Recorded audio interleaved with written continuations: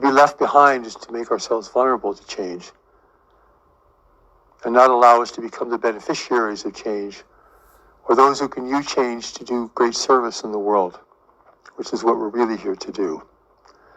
So today I'd like to speak about the four great realities that are moving the world and moving us. And the first is something very deep within us, deep beneath the surface of our minds, a greater intelligence, which I will call knowledge, because God's new message to the world calls this knowledge, related to our ability to have profound knowing, insight, and awareness in ways that are very difficult for our intellect to understand, but actually may be the most important forces within us, holding us back from things and moving us forward to things. Knowledge. Who are we really? Are we this flesh and bone? Are we our ideas or our beliefs? Vacuous things? The new message tells us that who we are in this world is who we've always been in reality. But we've taken the form of being a human being. We've taken on a world identity and a world intellect, a world comprehension, shaped from day one by all the forces that have impelled us or held us back, challenged us, frightened us, depressed us, everything, to bring us to where we are today as people. But knowledge represents who we were before we came into the world and who we will be after we leave this place. A part of us that is still connected to our source. A part of us that is not governed or manipulated or affected by the world around us. This is the center of our strength, our integrity, and holds for us our greater purpose for coming to the world. For truly, every one of us, you, have been sent into the world for a unique purpose that lies buried within you, beneath the surface of your mind. For God has given you purpose in being here as an individual, and every individual. But who in the world knows of these things? Who in the world practices this awareness? Who in the world is really connected to this deeper knowledge that I speak of? Where knowledge is not your body, it's not your mind. It's a part of you that is permanent, that is beyond changing circumstances and a changing world. It's truly the mystery of our lives, waiting to be discovered. But not merely a mystery, it holds the secret and the direction of why we're here and the path that we must follow. As the degree to which you become connected to this inner power, this knowledge, begins to give you real determination, true direction in life. It liberates you from all the things that could capture you or dominate you or pull you aside. So many traps and snares in a world of influence and seduction. We are spiritual beings who have come into the world to express our greater life in a world that is changing. And our greater life is connected to this world that has changed. Why else would we come here?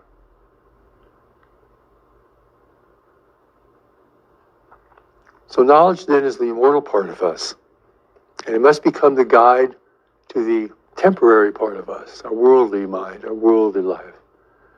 And that is how God will save us. Be as of us of any religion, any persuasion, no religion at all. It's all the same. For God's plan is to save everyone in the end. But the end can be a long way from us, far, far into the future.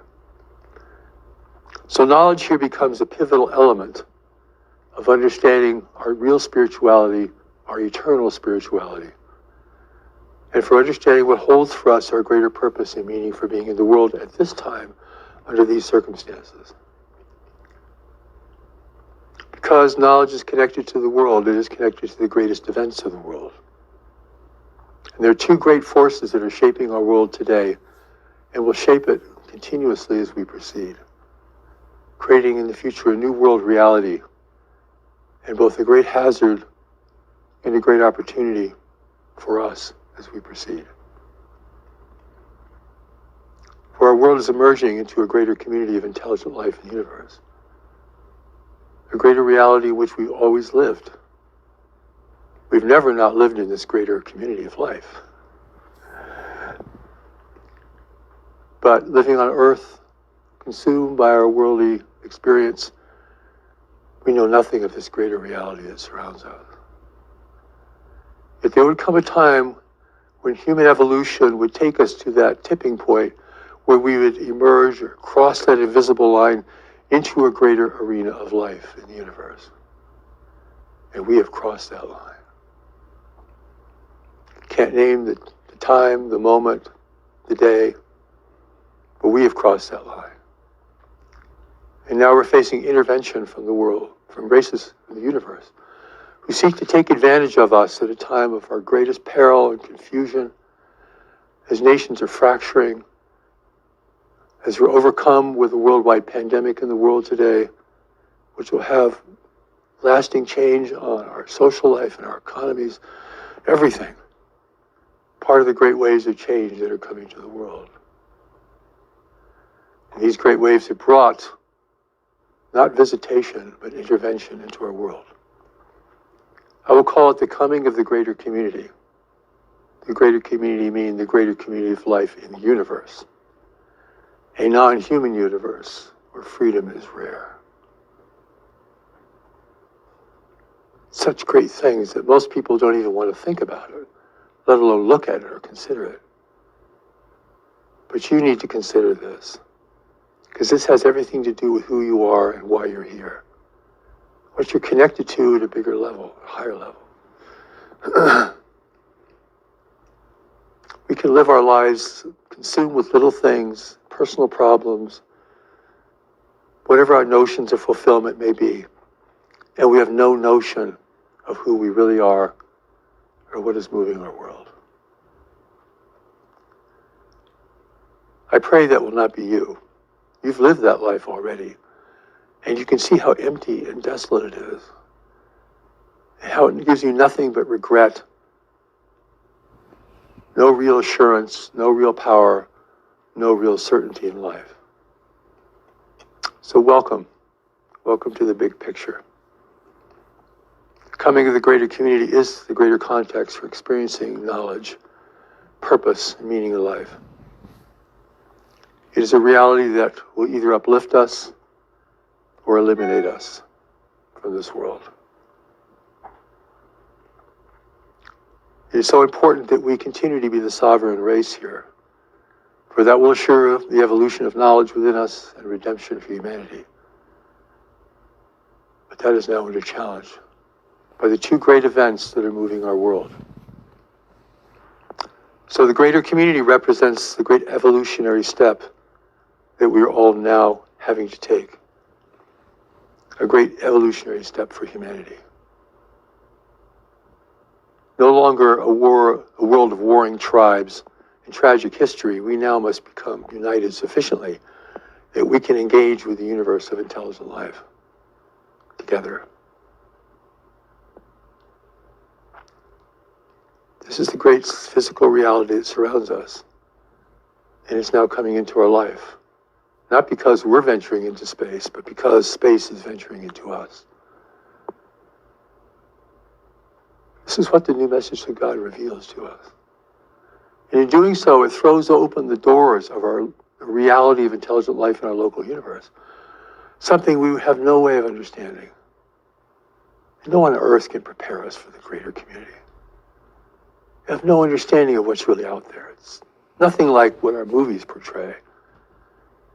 Not the universe that we want to see. It's not a human universe. It's a universe where freedom is rare and free races are rare. A universe on a competitive scale you can hardly imagine. But a universe that is technologically advanced, and capable of many things that we are not capable of yet. So we are eclipsing an age-old isolation in the world now, a painful process, and coming into contact with a greater panorama of life. At an early time, I would think that would be such a great thing for us to have this happen. Races could give us wisdom and technology and teach us how to live in peace.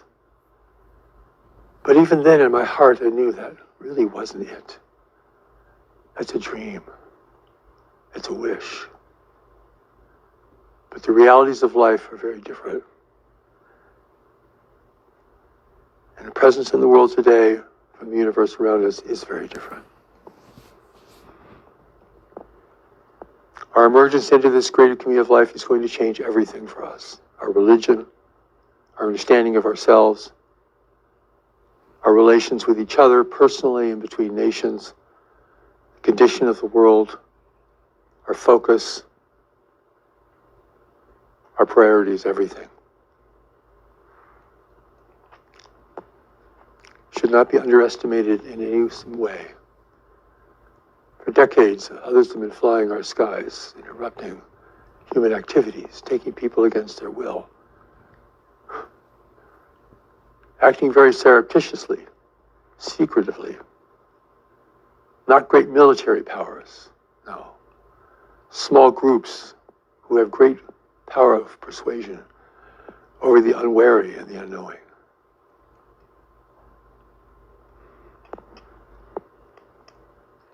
Has the power to undermine and overtake human civilization, which is its purpose, regardless of what it pretends to be or what it may tell those who it claims to itself. Then we have the other great force of change, which is the changing world itself, which we have changed. A contaminated world, a world now of violent weather, declining resources, and ever greater hazard and cost for the human family. This has been foreseen by many individuals for a long time. It's not the end times, but it is the beginning of a new world reality that we're going to have to contend with. We're unprepared. People don't want to see these things. They want to live their little lives unfettered by anything great that might interrupt that. They want their privileges, their little freedoms,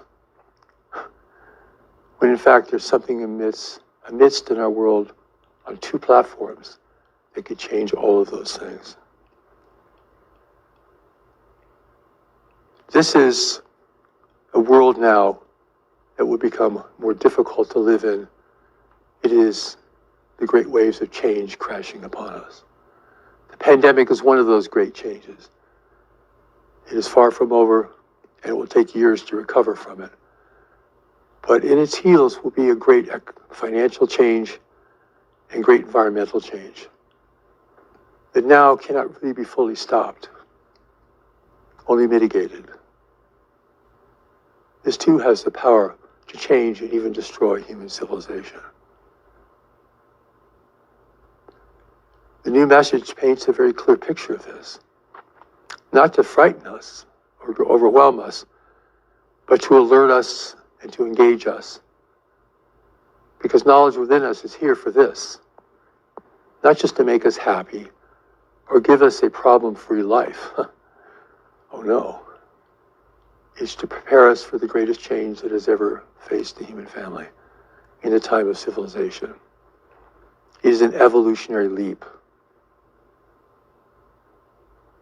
And evolution is not a slow, gentle, gradual process. It moves at all times, but then it has great surges. And we are in one of those great surges at this moment. Our environment will determine whether we can survive in this world, whether we can sustain all the people in this world, how nations will interact with each other. Will we choose to unite, or will we fight and struggle over who has access to the remaining resources? Food, water, energy, everything.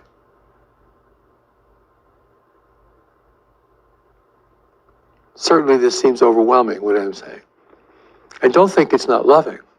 This is God's love speaking to you. God loves humanity and therefore warning humanity of the great hazard it is now facing. Don't think I'm being fearful or negative. I'm being real with you. And I ask you to be real with me and real about your life. Stop trying to fulfill yourself with petty little activities. Instead of look at what's coming over the horizon. Knowledge is within you. It is not afraid. It knows where you need to be, what you need to do, and who you need to be with, if you will follow it step by step. Therefore, we take the steps to knowledge. And we learn to follow it as it begins to reshape our lives, to strengthen us, to free us from our weaknesses and our obsessions, gives us the eyes to see and the ears to hear, gives us both sobriety about life and also a great love of life. For without a fear of life, there is love. Not casual love, but a deep respect and a deep engagement. These great waves of change on planet Earth are also the platform to initiate knowledge within us. For knowledge has come at a time to respond to the movement of the world and now the movement of the greater community forces in the world who are threatening the future and freedom of humanity. What will awaken us spiritually? 20 years of meditation? Maybe.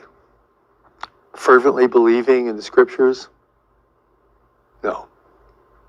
It will be responding to what God has put within us to respond to, in response to the world we live in. Each of us has been sent here to live in these times, to serve these times. So stop complaining about the world. Don't be a victim of the world. This is the place that is perfect for you to be in right now. It's the one thing that can restore you and redeem you and call forth your greater strength. Certainly there's personal strength and personal abilities, but knowledge is the greater strength within you. For what else is fearless within you? What else has true purpose and direction within you? What else can see and know what others cannot see and know? What else within you can protect you from all forces of harm, both seen and unseen? Nothing you can think of. This is God's great endowment for all of us. And this is what will restore us and move us forward. And this brings us now to God, source of our lives, source of all life. Not an Old Testament God, but a God of the whole universe, of a billion races in this galaxy alone amongst other galaxies. A God of the unchanging universe beyond all of this, which is even greater. This God is not here to do favors for you. God has put knowledge within you to guide you and protect you. Pray to God for knowledge to emerge within you. That is a real prayer.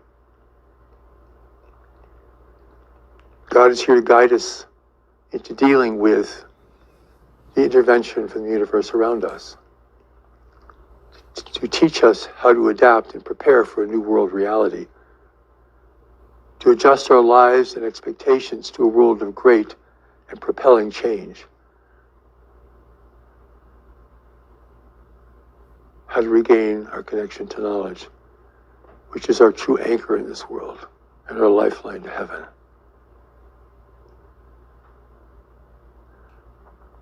You could pray to God, you could prostrate yourself at the temple, the mosque, or the synagogue, but if you do not do what God sent you here to do, then you're not praising God. Your action is your allegiance and a demonstration of your faithfulness. For the religions of the past, as great as they are, as important as they are, cannot prepare us for these two great challenges and two great movements of life in our world.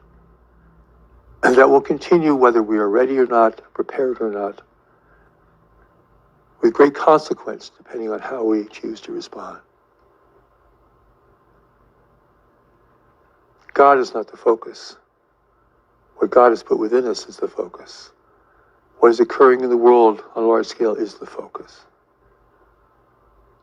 Your life, no matter where it is at this moment, no matter what you've been through, what errors you've committed, what problems you face, the calling to knowledge is within you. God is calling for this to come forth, and the world is calling for this to come forth. Calling that which is most fundamental within you, the foundation of your life. Who you were before you came, who you will be after you leave. What could be more who you are than that? A temporary identity in the world, a name tag, some little temporary role you might play here.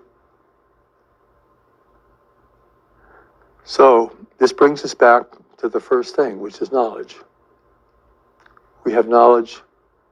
We have the greater community of life, the coming of the greater community. We have the great ways to change in the world. We have God, and it brings us back to knowledge. Belief is not enough. Belief is of the personal intellect. It has very little power, consistency, or permanence. God's new message to the world is to take us deeper within ourselves so that we may know what to do in a world of calamitous change, a world facing intervention, a world of growing poverty and inequity, a world of declining resources, declining stability. It's not a world of spiritual transcendence. It's not a world of believing and hoping for an afterlife. This is a world of being here now. So God's new message is highly functional, feet on the ground, your mind in heaven, working together. God will not intervene in the 11th hour to save humanity. If we do not take the steps that must be taken to protect the world from the outside and to prevent collapse on the inside, God will not intervene to save us. God has already saved us because God has put knowledge within us. Therefore, there is no hell and damnation because you can never separate yourself from this knowledge that lives within you because it's who you really are. Beyond identity, beyond appearance, beyond description, that's who you are. So don't try to visualize this. That's not going to help. It is a greater power within you. Beneath the turbulence of the mind, there's a great well of stillness. And in this well of stillness, knowledge resides. You have felt this before. Moments of insight, intuition, seeing things you should not do, seeing things you should do, remembering important things, stepping away from other people and situations that could be harmful. This is knowledge working in your life. It's brought you to this moment. It's brought you to this moment to be here with me. This is our great opportunity to engage with each other while I'm still in the world.